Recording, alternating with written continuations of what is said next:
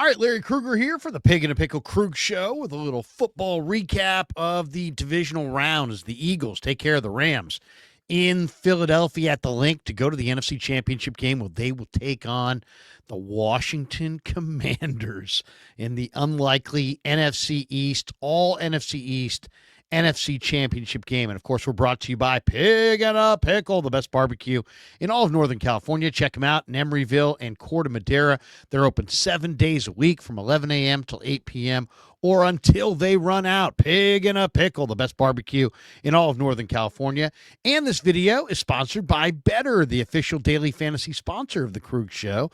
Use Better to make daily fantasy lineups and win real money. Download the app below. Make sure you use the promo code Niners to get your first deposit matched up to $200.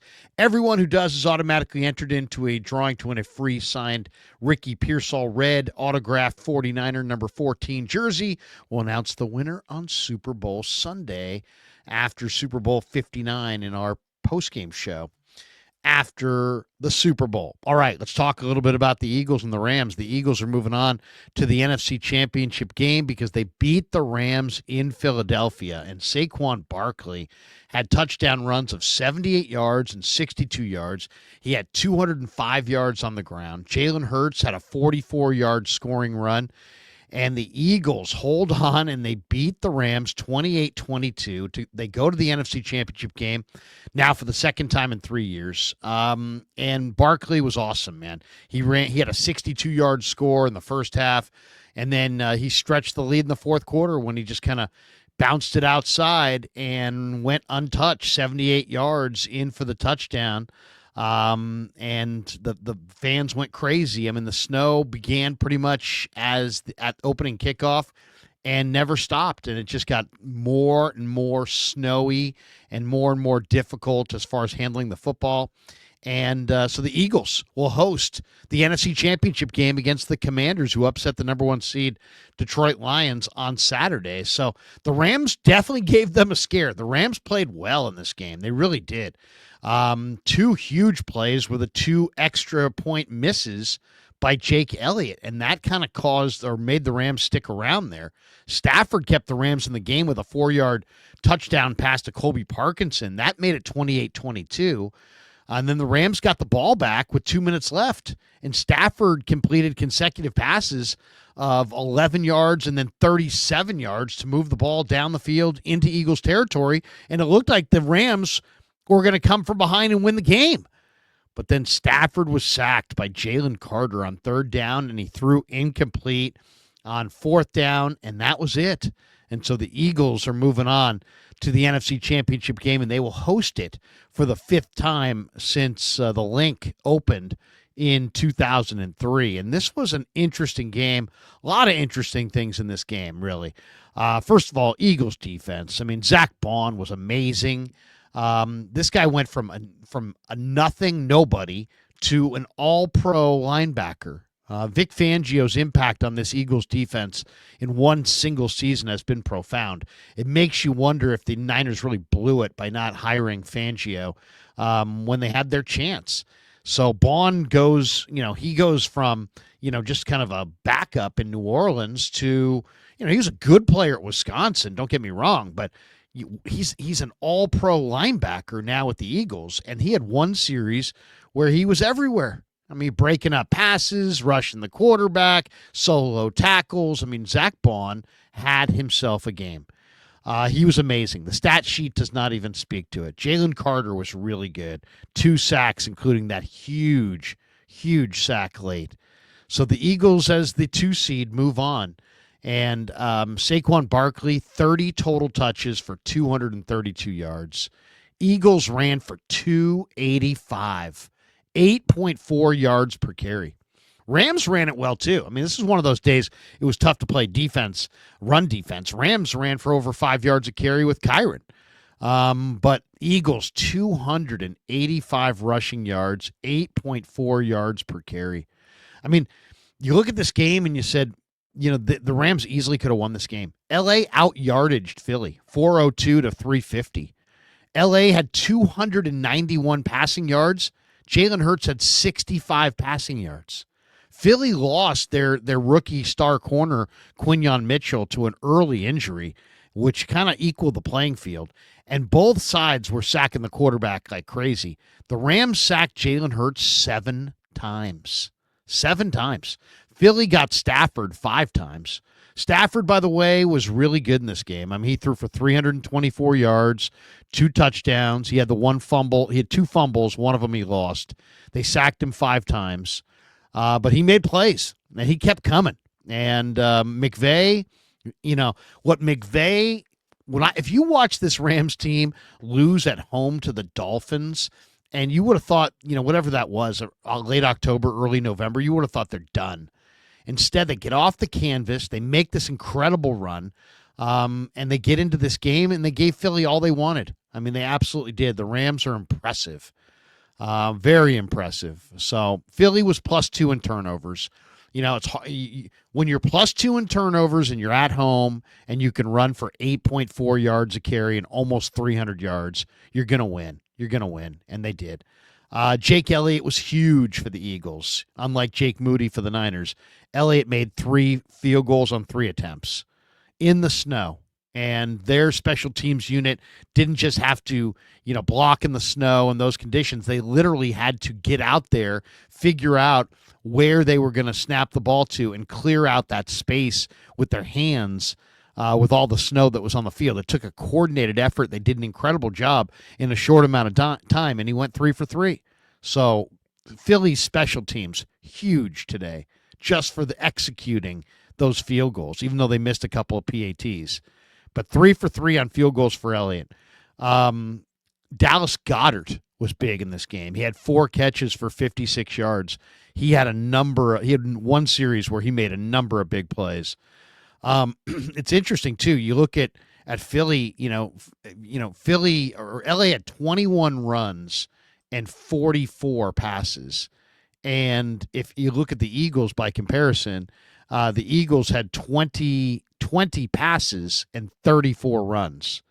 So the Eagles ran it a lot more than they passed it and ran for 285. The Rams in these conditions tried to pass it 44 times, more than a 2-to-1 breakdown in a game that was close. I mean, it was 13-10 at half. This game was never a real big margin. So to me, that was one area they passed it a little bit too much. Now you're going to put the ball in Stafford's hands. He's your money man, so it's not totally surprising. But to me, I thought this was a game and conditions that demanded that the Rams run, and they have Kyren, and they've got some good running backs, and they needed to run more than they did. Eagles committed to the run, were more run heavy. And because of it, they took better care of the football, because most of the turnovers come in the pass game. So, I just think overall, 21 runs, 44 passes, that was a little too pass happy for the Rams in these conditions, considering Kyren Williams was running 5.6 a carry. So, Kyren had 19 carries for 106 yards. I wonder what this game would have looked like if he had 28 carries. Philly's defense, though, was fantastic. They kept Cooper Kupp and Puka Nacua out of the end zone. Puka had 6 catches for 97 yards. Cooper Kupp, 5 catches for 61 yards, but neither scored a touchdown. The big question Jared Verse has to be talked. We have to talk about Jared Verse. He talked a lot of trash, said he hated Philly, this and that. The fans were all after him. He had, 2 or 3 sacks, 3 tackles for loss. He was living in the backfield. What a pick. What a draft choice. And then the Rams lost Jared Fisk to an injury, so that hurt their defensive line. But Jared Verse, what a monster rookie season he had. And he was fantastic today. And credit Les Snead. In 2 short years, they lose Aaron Donald, arguably the greatest defensive lineman who's ever played. And the Rams in 2 years draft up, couple tackles, couple ends. All of a sudden, they've got a really good defensive line, a really good young defensive line in a short amount of time. Didn't take them 5 years to replace the greatest defensive tackle. They did it in 2 drafts. So Les Snead, we tip our cap to you on that one. But Jalen Hurts, I thought, was huge. I mean, he suffered what looked to be a pretty ugly knee injury, and I don't know how he must have got. I mean, the guy's got enormous leg strength. We know that he can like squat like 17,000 pounds, and no, but I mean, this guy can squat like a grand or something. He's really, really strong legs. Maybe the strongest legged quarterback that's ever played. And he had an injury. He had a play in this game where he was twisted around like a pretzel, and it looked like both legs got kind of mangled in there, and it looked like one of his knees, like he might have had stretched ligaments in one of his knees, and he went into the tent. They put on a brace. He looked like he was in a ton of pain. He wasn't moving well at the end of the game, but when you look up, the guy finished the game. He made some plays after that. He had 7 runs for 70 yards. That's right, 10 yards a carry for Hurts in this game, and a rushing touchdown. Hurts is a warrior, man. He is a warrior. He's tough. He is really, really rugged and tough. But the question's going to be next week, can he bounce back? And, I don't know what they did, what they gave him, what zone he got into. But to me, it looked like he had stretched knee ligaments and maybe something even worse than that, and he was out there. So I think his knee is going to be feeling terrible next week. And it'll be interesting to see, can he go? Can he go? And then if he can't go, which is, at this point seemingly unfathomable because he finished this game. But, once he cools down once he takes a shower and, the adrenaline of the moment, he's going to feel that knee. And both those knees look like they got wrenched. If he can't go, does Philly go to Kenny Pickett next week? Or do they go to Tanner McKee? Because I think Tanner McKee outplayed Kenny Pickett in what I saw. And I know Pickett's number 2, and there would be a lot of pressure to go to Kenny Pickett. But I think Tanner McKee might be their better option. And we'll see where Hurts will probably figure out a way to gut it out. I got to think with, NFC Championship game, he'll take whatever shot he needs to take, whatever painkillers he needs to take to get out there. But that will be one of the storylines going into next week. Jalen Hurts' physical condition going up against the Commanders at the Link next week. Number 2 against number 6 for the right to go to New Orleans for Super Bowl 59. I love the Commanders already, just thinking ahead to that game. I love the Commanders against the Eagles. I love the way the Commanders looked, and I'm eager to see that game next week. That is going to be really, really good stuff. All right, thanks to Better for sponsoring this video. Thanks to Pig and a Pickle for being the title sponsor of The Krug Show. Thanks to all of you guys for supporting The Krug Show on YouTube.